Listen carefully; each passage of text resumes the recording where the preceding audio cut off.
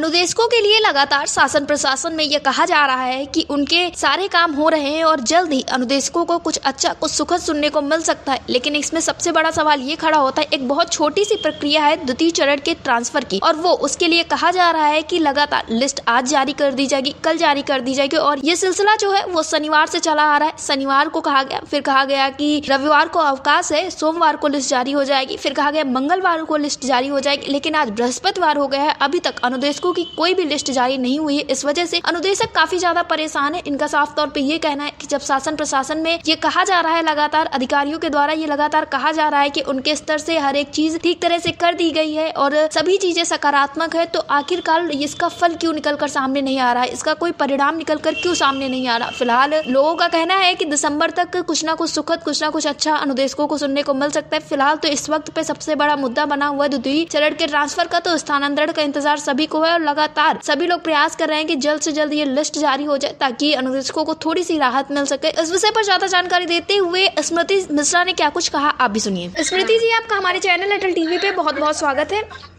जी बहुत बहुत धन्यवाद आपका। स्मृति जी, जैसा देखने को मिला जो द्वितीय चरण का ट्रांसफर था उसको लेकर कहा गया था पिछले शनिवार को ही कुछ ना कुछ अच्छा सुखद निकल कर सामने आएगा और अगर शनिवार को नहीं तो सोमवार तक लिस्ट जरूर जारी कर दी जाएगी। लेकिन देखने को मिल रहा है कि आज बृहस्पतिवार हो गया लेकिन अभी तक कोई भी लिस्ट जारी नहीं हुई है। तो शासन प्रशासन के द्वारा, अधिकारियों के द्वारा आप लोगों को क्या बताया गया, क्योंकि इसके पहले आप लखनऊ आई थी तो आप लोगों से यही कहा गया था। जी यही तो हमारी समस्या ना सुलझने का ये क्या कारण है, हम लोग को नहीं समझ में आ रहा है। जैसे कि पिछले हफ्ते ही हम लोग गए थे और परियोजना में, और वहाँ पे पटेल सर जो अनुदेशक पटल देख रहे हैं उनसे हम लोगों ने बात की थी। उन्होंने बताया भी था क्यों डिले हो रहा है। उसके बाद उन्होंने पूरा ये कहा था कि शनिवार और नहीं तो सोमवार को 100% बिल्कुल पक्का आ ही जाएगी। सोमवार भी था, फिर सोमवार को फोन किया गया, उन्होंने बताया सर्वर का कुछ इशू आ रहा है। मंगलवार को पक्का, मंगलवार बीता, फिर ये हुआ कि आज शाम को नहीं तो कल। यही करते करते आज बृहस्पतिवार का भी दिन बीतने को आया है लेकिन अभी तक से लिस्ट जारी नहीं हुई। लगातार लोग एक दूसरे को फोन करके पता कर रहे हैं और लिस्ट का कोई नामो निशान नहीं है। इस स्थितियों से हम लोग इतना ज्यादा परेशान हैं। या तो हमारी एक निवेदन है संबंधित अधिकारियों से, हम लोगों को या तो कोई जो भी समस्या है उसको स्पष्ट बता दिया जाए। कम से कम इस तरह का ये एक छलने वाला माहौल तो ना बने, इससे लोग बहुत परेशान हैं। क्योंकि जो अधिकारियों के द्वारा जो आश्वासन, जो समय सीमा दी जाती है और इतने बार वही तो एक मन में ये होता है कि हम लोग कितना छल हम लोगों के साथ जैसा हो रहा है वैसी परिस्थितियां बन जाती हैं। तो ऐसी कष्टदायी स्थितियां हमारे दुख को, पीड़ा को और बढ़ा देती हैं। तो कम से कम जो भी चीजें हैं वो हम लोगों को क्लियर तो पता चले। स्मृति जी, शासन प्रशासन में और अधिकारियों से जब भी इस विषय में बात की जाती, जब भी विक्रम सिंह की बात करते हैं या आप लोग बात करती हैं या किसी भी तरह से उनसे बातचीत होती है तो उनका साफ तौर पे ये कहना होता है कि हमारे स्तर से चीज़ें हो गई, चीज़ें काफ़ी सकारात्मक है, अनुदेशकों के मुद्दे पे सब कुछ ठीक चल रहा है, बस शासनादेश जारी बाकी है।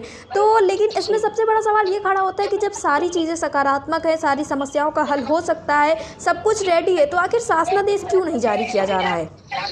जितने भी अधिकारी हैं, जो भी संबंधित व्यक्ति हैं इनसे, तो उनसे सभी ने यही कहा कि प्रस्ताव बन के जा चुका है और हमारे स्तर का सभी काम पूरा हो गया है और सब की आशाएं और उम्मीदें केवल मुख्यमंत्री जी पर ही टिकी हुई हैं। और मुख्यमंत्री जी व्यस्तता है, जाहिर सी बात है, वो प्रदेश के मुखिया हैं, उनके पास व्यस्तता है, तो उसी वजह से ये सारी डिले हो रही हैं। लेकिन हम इस चीज के लिए एक चीज कहना चाहेंगे कि मुख्यमंत्री जी के पास तो पूरे प्रदेश की जिम्मेदारी है ही, इसीलिए तो इतने विभाग बनाए गए हैं, सबको अलग अलग जिम्मेदारी सौंपी गई है।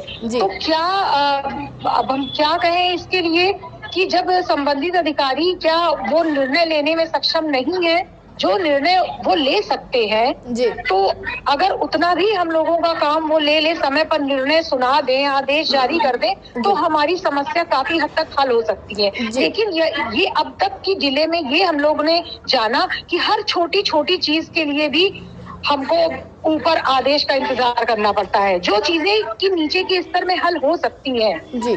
तो ये सारी हमारी परेशानियों का कारण है कि जो छोटी छोटी चीजें हैं जो सक्षम अधिकारी खुद से कर सकते हैं, उसके लिए भी ऊपर से आदेश, तो ये सारी चीजें नहीं समझ में आती हैं, जो कि हम लोगों की पीड़ा दिन प्रतिदिन बढ़ाती जा रही है और इससे अनुदेशक दिन प्रतिदिन बिल्कुल टूटता चला जा रहा है। स्मृति जी, आपको बता दें कि कल अटल टीवी की टीम निदेशालय पहुंची हुई थी, परियोजना भवन। वहाँ पे शिक्षा मित्रों के मुद्दे पे कुछ बातें पता चली। जैसे उसमें कहा गया था कि जो शिक्षा मित्र है उनकी कुछ समस्याएं दिसंबर तक हल होती हुई नजर आएंगी, तो क्या कुछ ऐसा अनुदेशकों के लिए भी कहा गया है? जी, अब तक की जो भी बातचीत हुई है उससे सब में यही हो रहा है कि अब चूंकि चुनाव भी हो गया है, आचार संहिता भी समाप्त हो गई है और अधिकारियों की लगातार और मंत्रियों की लगातार मीटिंग हो रही है। अब बस उस मीटिंग से जो भी रिजल्ट आए इसका हम लोग का इंतजार है और जो भी चीजें सुनाई दे रही हैं बस यही कि सकारात्मक हो रही है, लेकिन रिजल्ट चूंकि अभी तक से कुछ भी सकारात्मक नहीं हुआ है, इसलिए आशाएं टूटती जा रही हैं। अब बस रिजल्ट का इंतजार है। और जी स्मृति जी, अटल टीवी से जुड़ने के लिए धन्यवाद। जी धन्यवाद।